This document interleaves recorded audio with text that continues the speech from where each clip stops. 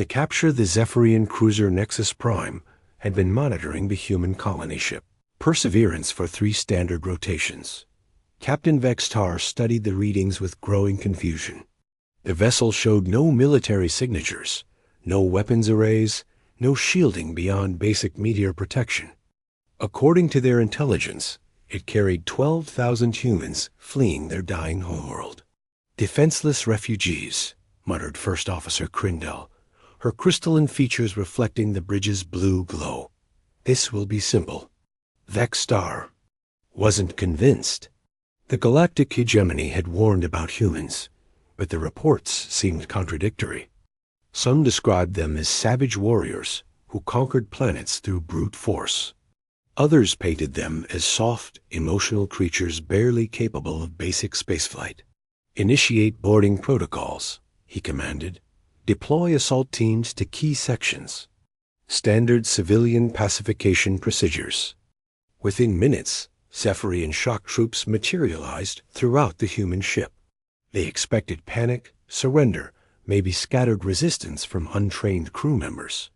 Instead, they found something unexpected. Marcus Kane, the ship's head of maintenance, had been welding a support beam when the aliens appeared. The 60-year-old former factory worker didn't hesitate. He swung his plasma torch in a wide arc, sending 3 Zephyrians scrambling for cover. The narrow corridor became a battlefield as Marcus used his knowledge of the ship's layout to his advantage. "Emergency Protocol 7, he barked into his comm unit. "Deathworld procedures are now in effect."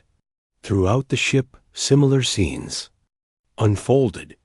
Jenna Walsh, a pediatric nurse, had been caring for sick children when boarders entered the medical bay. She calmly herded the youngsters into a secure room, then turned to face the intruders. Her movements were precise, methodical. The same hands that had saved countless lives now applied pressure to alien nerve clusters she'd studied during the journey. In the agricultural section, Farmer Devin Brooks trapped 6 Zephyrians using nothing but fertilizer and the ship's ventilation system. His weathered hands, scarred from decades of hard labor, worked with practiced efficiency to create chaos from common materials. The boarding team's initial confidence evaporated as they encountered resistance unlike anything in their training. These weren't soldiers. They were teachers, mechanics, doctors, and farmers. Yet they fought with a coordinated ferocity that defied explanation. "Sir," Crindell reported, her voice tight with disbelief, "Assault Team 3 is requesting immediate extraction. They're losing to a group of what appears to be food service workers." Vextar's mandibles clicked in agitation. The humans weren't using military tactics or advanced weaponry. They were using something far more dangerous, the accumulated knowledge of a species that had clawed its way to dominance on a planet that had tried to kill them every single day. "Recall all teams," he ordered. "Prepare the detention cells. If we can't take their ship, we'll take their people." The interrogation in the Zephyrian detention facility on Kara Station was designed to break the will of the most hardened criminals. Isolation cells, sensory deprivation, and psychological manipulation had proven effective against every known species. But the facility's warden, Mordak, had never processed humans before. He studied the files of the captured refugees with growing unease. Teachers, farmers, shop owners, retirees, not one military record among them. Yet it had taken his entire security force to subdue just 50 humans from the thousands aboard their ship. "Bring me the one called Rebecca Torres," he commanded his aide. The woman who entered the interrogation chamber was unremarkable by Zephyrian standards. Middle-aged, slightly built, with graying hair and tired eyes. Her file listed her occupation as elementary school teacher. She'd been captured after single-handedly defending a group of children from a 10-warrior boarding party. "Sit," Mordak gestured to the chair across from his desk. Rebecca remained standing. "I've analyzed your species' psychological profiles," he began, activating a holographic display. Humans are driven by emotion, prone to panic under stress. You should be begging for mercy, offering information about your ship's defenses. Rebecca's expression didn't change. You done talking? The casual dismissal caught Murdoch off guard. You don't understand your situation. Your ship is disabled, your people captured. Cooperate, and I might consider more comfortable accommodations. Comfortable? Rebecca laughed, a sound devoid of humor. I've spent 20 years teaching 8-year-olds. I've survived parent-teacher conferences, budget cuts, and active shooter drills. You think this little room scares me? She began pacing, her movements controlled but predatory. Let me tell you something about humans from Deathworlds. We don't just survive, we adapt. Every challenge makes us stronger. Every threat teaches. You as something new. Mordec's as security sensors detected no weapons, no hidden technology. Yet something in the woman's demeanor triggered his species' ancient prey instincts. Your elementary school, he said, consulting her file, was located in what your people call a rough neighborhood. Gang violence, poverty, environmental hazards. Why didn't you transfer to a safer position? Rebecca's smile was razor sharp. Because those kids needed someone who wouldn't give up on them. Someone who understood that surviving doesn't mean hiding. It means standing your ground and fighting for what matters. She stopped pacing and fixed him with a stare that seemed to pierce through his exoskeleton. You made a mistake when you took us. You thought civilian meant harmless. But on Earth, there's no such thing as a harmless human. We're all products of a world that tested us every day. Impossible, Murdoch protested.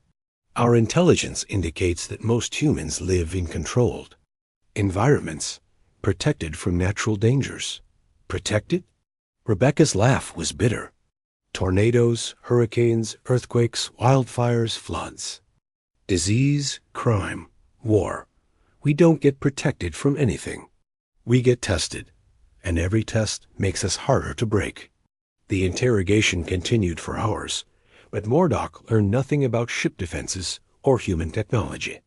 Instead, he discovered something far more disturbing, the unshakable will of a species that had earned its place in the cosmos through struggle. The revelation, Dr. Ivan Thal, the hegemony's leading xenobiologist, arrived at Kara Station 3 days after the human prisoner's capture. His reputation for breaking alien psychology was legendary, but the reports from Warden Murdoch troubled him. 50 humans, all civilians, had somehow maintained perfect solidarity despite days of isolation and interrogation. Show me their behavior patterns, he demanded, reviewing the security footage in Murdoch's office. The screens displayed dozens of cells, each containing a human prisoner. Despite being separated and under constant surveillance, they had established a complex communication system using nothing but subtle gestures and carefully timed sounds. This one, Thal pointed to an elderly man in cell 47. He's coordinating them. What's his background? Murdoch consulted the file. Walter Kowalski, age 72. Retired postal worker. Spent 40 years delivering mail in what humans call Detroit. A mail carrier? Thal's secondary eyes blinked in disbelief. He's organizing resistance better than most military commanders. They watched as Walter used a series of coughs and foot taps to relay messages throughout the detention block. Within minutes, every human prisoner had received instructions without speaking a word. Bring him to the primary interrogation chamber, Thal ordered. Full psychological warfare protocols. Walter shuffled into the chamber, his movements slow and deliberate. Gray-haired and hunched with age, he appeared utterly harmless. Thal activated the room's fear inducers, devices that had broken the will of countless alien prisoners. Walter yawned. Your friends are suffering, Thal began, projecting images of the other prisoners onto the walls. And they're paying. Tell us about your ship's defenses. Kids these days, Walter said, settling into his chair with obvious discomfort. No respect for their elders. In my day, we'd have put you over our knee for that kind of behavior. Thal increased the fear inducer's intensity. Your species' psychological profile indicates high empathy levels. You cannot endure seeing others in pain. Walter's eyes hardened. You think I don't know pain? 30 years I worked those streets. Dodged bullets, survived 3 muggings, 2 car accidents, and a heart attack. Lost my wife to cancer, my son to war. You think your little light show compares to watching the woman you love waste away over 6 months? The old man leaned forward, his voice dropping to a whisper. I've buried friends, family, neighbors. I've seen the worst humanity has to offer and still got up every morning to do my job. You want to know what that teaches you? It teaches you that nothing, and I mean nothing, is more important than protecting the people who depend on you. Thal's equipment registered unprecedented psychological stress, but not from the human. Walter's calm certainty was somehow affecting the Zephyrian's neural patterns. Impossible, Thal muttered. Our technology is specifically calibrated for human brain chemistry. Walter chuckled. Son, I've been through the Great Lakes in winter, Detroit in the 80s, and my mother-in-law's Thanksgiving dinners. Your little machine isn't even registering compared to Tuesday morning traffic. The revelation hit Thal like a physical blow. The humans weren't resisting through superior technology or military training. They were drawing on something far more fundamental, the accumulated resilience of a species shaped by constant adversity, the escape engineering. Chief Praxis considered himself the most security-conscious being in the hegemony.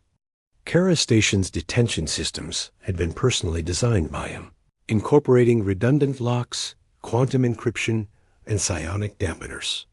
No prisoner had ever escaped until the humans arrived. The first sign of trouble came at 0300 station. Time. Maintenance shaft 7 Alpha registered a minor pressure differential, barely enough to trigger the sensors. Praxis dismissed it as a minor systems fluctuation until similar readings appeared throughout the station. Run full diagnostics on all atmospheric systems, he ordered his team. Cross-reference with detention block security feeds. The results were disturbing. Every human prisoner appeared to be sleeping peacefully in their cells, but the station's air circulation patterns had been subtly altered. Someone was manipulating the life support systems with surgical precision. Impossible, Praxis muttered. The humans have no access to station schematics, no technical training in our systems. His aide, Cressval, highlighted an anomaly. Sir, look at cell 23. The prisoner Torres has been scratching the walls. They zoomed in on Rebecca Torres' cell. The schoolteacher was indeed scratching at the wall, but the marks weren't random. They formed a complex diagram that made Praxis' hearts skip a beat. She's mapped our entire ventilation system, he breathed. But how? Sir? Cressval's voice was tight with fear. The scratches aren't just mapping. They're calculations. Airflow dynamics, pressure differentials, system response times. Praxis felt his exoskeleton go cold. Alert all security teams. Initiate lockdown protocols. Too late. Throughout the detention block, cell doors began sliding open. Not forced or hacked, they opened smoothly, as if responding to proper authorization. Codes. The humans emerged calmly, moving with practiced coordination. How? Praxis demanded, watching the security feeds in horror. The locking mechanisms are quantum encrypted. The answer came from an unexpected source. Marcus Kane, the maintenance worker, had spent the past 3 days carefully observing the guard rotations. Every time a Zephyrian opened a cell for interrogation, he memorized the sound patterns of the locking mechanism. Walter Kowalski had coordinated the intelligence gathering. using his postal route experience to map the station's layout through sound patterns and air currents. Rebecca Torres had calculated the precise timing needed to exploit the ventilation system's cycling patterns. But the real breakthrough came from someone even more unexpected. Lisa Chun, a retired bank teller, had spent 40 years working with security systems. She'd recognized the tonal patterns of the quantum locks and realized they weren't random. They were musical. Every lock has a song, she explained to her fellow escapees as they moved through the station's service tunnels. You just have to know how to listen.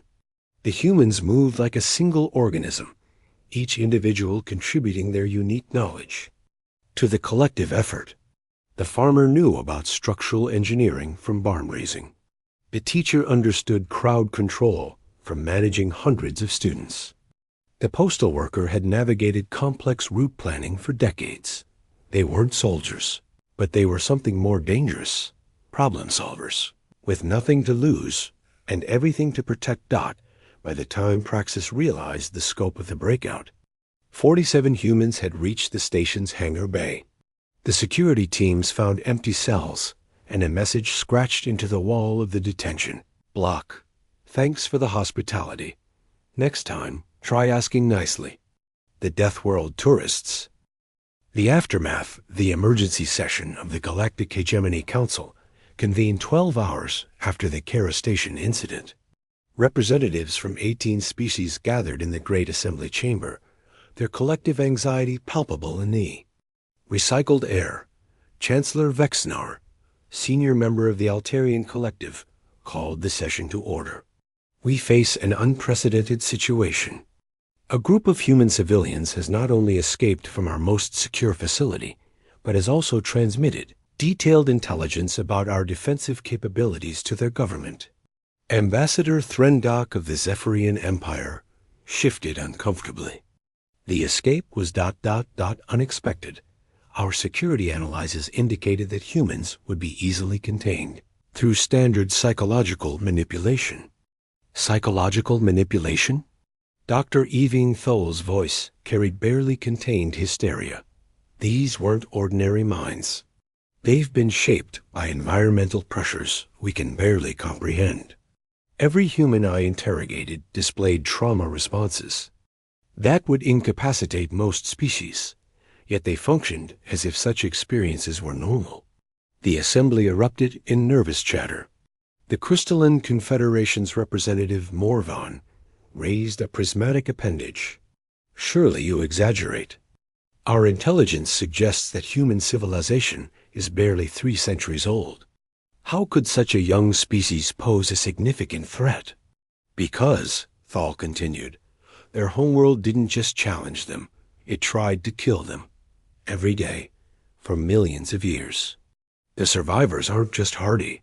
They're adaptive predators who've learned to weaponize anything, including their own perceived weaknesses. He activated a holographic display showing Earth's environmental data. Seismic activity, extreme weather, predatory wildlife, disease vectors, and natural disasters that would sterilize most inhabited worlds. The humans didn't just survive. They thrived. Every environmental challenge created evolutionary pressure that selected for intelligence, cooperation, and problem-solving ability. The data was staggering. Earth's casualty rates for natural disasters alone exceeded the total military losses of most galactic civilizations. Yet humanity had not only survived, but had developed technologies that allowed them to predict, prepare, FOR, and even prevent such catastrophes. Consider this, Thal continued. The human Rebecca Torres, a teacher of children, successfully calculated our station's atmospheric vulnerabilities using nothing but scratched marks on a wall. The postal worker, Walter Kowalski, created a communication network that circumvented our security protocols. These weren't accidents. They were applications of skills developed through daily survival on a death world. Chancellor Vexnar, translator, struggled with the concept. Are you suggesting that all humans possess military-grade capabilities? Worse, Thal replied. I'm suggesting that what we consider military-grade capabilities are basic survival skills for humans. Their civilians have been trained by their environment to think strategically, adapt quickly, and cooperate under pressure. They don't need military training because life on Earth is military training. The assembly fell silent as the implications sank in. If human civilians could escape from maximum security facilities and outmaneuver trained military personnel, what could their actual military forces accomplish? What do you recommend? Vexinar asked finally. Diplomatic contact, Thal said firmly. Humans aren't conquerors, they're survivors. They don't seek war, but they're impossibly difficult to defeat because they've already survived the worst their own planet could throw at them. We should offer alliance, not conflict. The vote was unanimous. Within days, the hegemony's first diplomatic mission to Earth was launched, carrying a simple message. We come in peace, and we'd like to learn how you survived your world long enough to reach the stars. The human response was equally simple. Welcome to the neighborhood. Coffee's on, but fair warning, it's strong enough to wake the dead. And so began humanity's integration into galactic civilization, not as conquerors or subjects, but as the universe's most unlikely survivors, teaching an entire galaxy what it truly meant to be resilient.